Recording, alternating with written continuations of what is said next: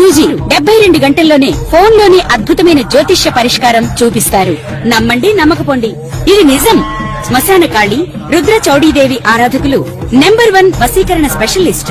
గురూజీ మనిషి పుట్టుక నుండి చనిపోయే వరకు వచ్చే అన్ని క్లిష్టమైన సమస్యలకు పరిష్కారం ఇక్కడ లభిస్తుంది. విద్య, ఉద్యోగం, వ్యవహారం, స్త్రీ ప్రేమ, పెళ్లి, సంతానం, స్త్రీ పురుష వశీకరణం, భూవశం, భార్యాభర్తల కలహాలు, కోర్టు సమస్యలు, విడాకుల సమస్యలు, చేతబడి, అప్పుల బాధ, ఇంకా మీకు ఎలాంటి సమస్యలు ఉన్నా 72 గంటల్లోనే శాశ్వత పరిష్కారం చేయబడును.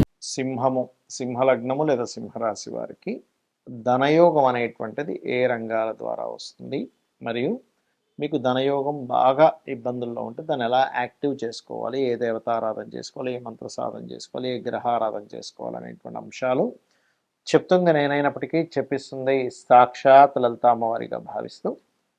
ప్రధానంగా సింహం వారికి సహజంగా అందరూ అనుకుంటారు కోపం అనుకుంటారు, కోపం కాదు, కానీ కొంచెం యూనిక్గా ఉండాలి, కొంచెం డిఫరెంట్గా ఉండాలని ఆలోచిస్తూ ఉంటారు.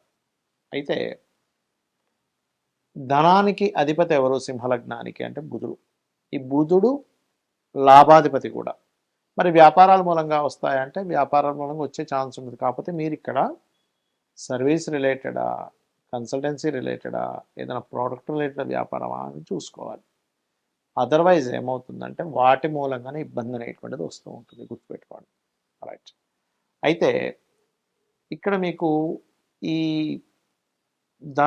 ధనస్థానాధిపతి బాగా యాక్టివ్ అవ్వాలి అంటే, ఒకటి మీరు రెగ్యులర్గా విష్ణు సహస్రనామాలు వినడం కానీ చదవడం కానీ చేస్తున్నారండి. దాంతోపాటు మీకు ఇప్పుడు రాశిలో కేతువు యొక్క సంచారం కూడా జరుగుతుంది కాబట్టి కాస్త మీరు ఏంటంటే కొంచెం గణపతి ఆరాధన చేయడము, గణపతి ధ్యానం చేయడం చేస్తూ ఉన్నాడు ఉదయం పూట. మరియు నవగ్రహాల్లో పర్టికులర్గా మీరు శని భగవానుడు అంటే శని గ్రహము మరియు శుక్రగ్రహం దగ్గర, ఈ 2 గ్రహాల దగ్గర దీపారాధన చేయాలి, గుర్తుపెట్టుకోండి. ఏ రోజుల్లో చేయాలి, ఇంకా వీలైతే బుధుడి దగ్గర కూడా చేస్తే మంచిది, ధనాధిపతి కాబట్టి. బుధ, శుక్ర, శని గ్రహాల దగ్గర బుధవారము, శనివారము, శుక్రవారము మరియు గురువారం కూడా చేయండి. చేసినట్లయితే ఖచ్చితంగా మీకు ఫైనాన్షియల్గా మంచి గ్రోత్ ఉంటుంది. మరియు దీంతోపాటు విష్ణు సహస్రనామాలు వింటూ ఉండండి. బిజినెస్ ఏదైనా పెట్టాలంటే మాత్రం నేను ఇందాక చెప్పినట్టుగా కరెక్టే, ధనాధిపతి బుధుడే, కానీ వెంటనే బిజినెస్ మూలంగా రావాలని రూల్ లేదు కదా. బిజినెస్ మూలంగా ఎంటర్ అయ్యి ఒకసారి నష్టం కూడా వస్తుంది. సో అప్పుడేంటి, మీ సెకండ్ హౌస్లో ఉండే పాపగ్రహాలు ఏదో ఇబ్బందిస్తున్నాయని. అయితే ఇక్కడ ధనయోగం లేనటువంటి జాతకం ఉండదండి, ఎప్పుడైనా గుర్తుపెట్టుకోండి. ధనయోగం ఏ రేంజ్లో ఉంది, ఏ రూట్లో ఉంది, అంటే ఏ మార్గంలో ఉంది. అది ఎలాగంటే కొంతమంది చూడండి, హీరోలు, యాక్టర్స్ అవుతూ ఉంటారు, మోడల్స్ అవుతూ ఉంటారు. అప్పుడు వాళ్ళకి ధనయోగం లగ్నంతో సంబంధం ఉంటుంది. మీకు ఎప్పుడైనా ధనయోగం కనుక లగ్నంతో సంబంధం కలిగింది, ఇందాక నేను చెప్పినటువంటి మీ రాశికి మీ లగ్నానికి ఏదైతే కాంబినేషన్ చెప్పానో అది లగ్నానికి సంబంధం వచ్చింది అనుకోండి, మీరు ఒక మోడల్ గానో లేకపోతే మీరు ఒక యాక్టర్ గానో, ఇప్పుడు అంటే మిమ్మల్ని చూస్తే ధనం వస్తుంది అన్నట్టుగా. ఇప్పుడు యాక్టర్స్, మోడల్స్ వీళ్ళంతా అదే కదా, అట్లా అన్నమాట. అలా కాదండి, కుటుంబ సభ్యులతో ఉంటే కొంతమందికి బాగా కుటుంబ సభ్యుల సపోర్ట్తో ధనయోగం వస్తుంది, కొంతమంది కుటుంబ సభ్యులతో దూరంగా ఉంటే ధనయోగం వస్తుంది.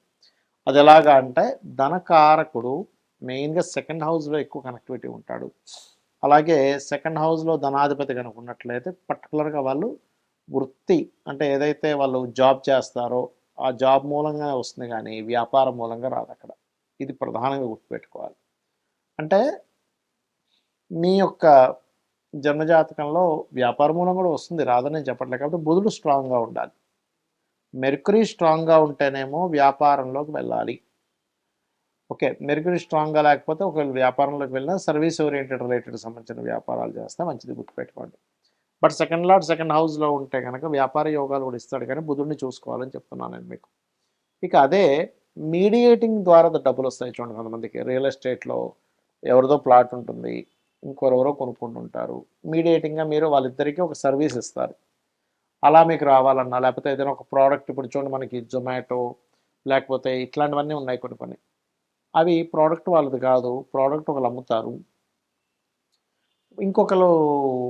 ఇంకొకరికి అవసరం ఉంటుంది, వీళ్ళ మధ్యలో ఉండి వాళ్ళు ఒక యాప్ క్రియేట్ చేసి చేస్తుంటారు. అలాంటప్పుడు ఏంటంటే థర్డ్ లార్డ్ ఇస్తున్నాడని అర్థం చేసుకోవాలంటే థర్డ్ హౌస్ కనుక మీకు ధనయోగంలో కనెక్ట్ అయితే అప్పుడు మీరు ఓకే నేను ఆన్లైన్లో మీడియేటింగ్గా ఏదైనా చేయాలి, అంతేగాని అలా ఆన్లైన్ అన్నాను కదా అని వెళ్ళిపోయి మీరు ఆన్లైన్లో ఈ పేకాటలు ఇవి ఆడటం కాదు.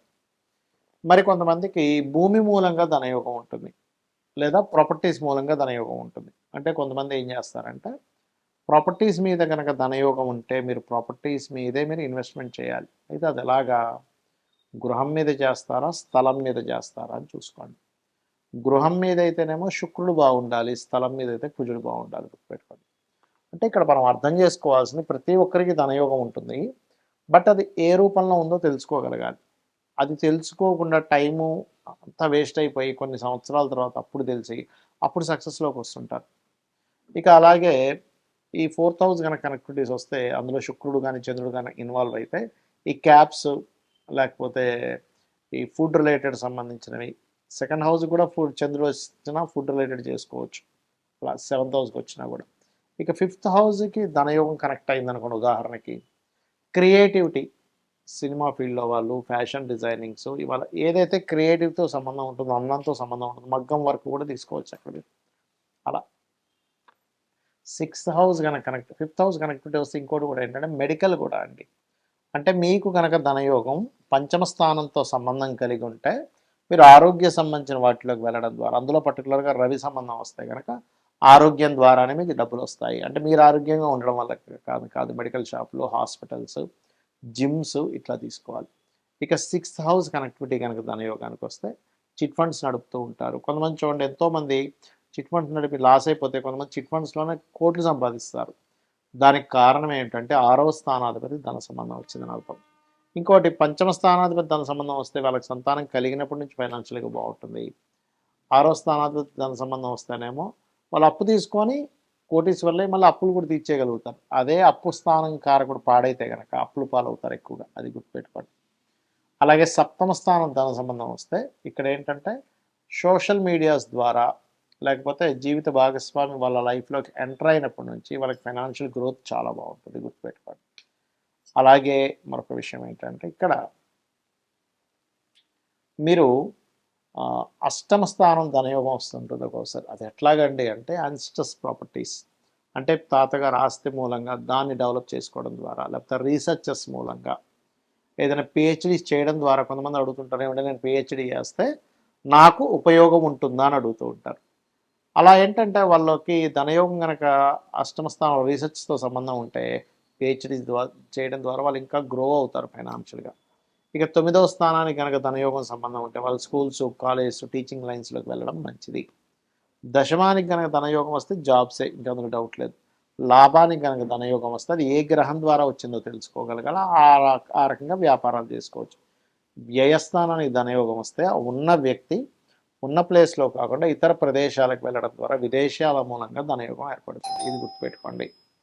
ఇక ఈ ధనయోగం ఫస్ట్ అసలు ఏ ఇయర్లో ఉందో చెక్ చేసుకోవాలి. అంటే ఎలాగా, మహాదశలు అంతర్దశలు ఏ సంవత్సరం నుంచి ఏ సంవత్సరం లోపల మీకు కనెక్ట్ అవుతున్నాయి. ఎర్లీ ఏజ్లో ఉందా, కొంచెం మిడిల్ ఏజ్లో ఉందా, లేట్ ఏజ్లో ఉందా ధనయోగం అనేటువంటిది, పాపకత్తెరలో ఉందా, శుభకత్తెరలో ఉందా, దానికి మహాదశ అంతర్దశలతో పాటు గోచారం ఎంతవరకు సపోర్ట్ చేస్తుంది, ఇవి ప్రధానంగా తెలుసుకోవాలి. ఇవి తెలుసుకోకుండా అయ్యో నాకు రావట్లేదని, లేదా అతనికి అసలు ఏ వ్యాపారం ఏ రూట్లో ఉందో తెలియక ఇబ్బంది పడుతుంటారు. కాబట్టి ఇది పాపకత్తెరలో ఉంటే పాపగ్రహాలకు దానం ఇస్తూ ఉండాలి. ఓం సంపత్కరీ సమారూఢ సింధుర వ్రజ సేవితాయ నమః, ఓం ధర్మాధ్యక్ష ధనాధ్యక్ష ధనధాన్య వివర్ధనీయ నమః చేసుకుంటే అన్ని విధాలా బాగుంటుంది.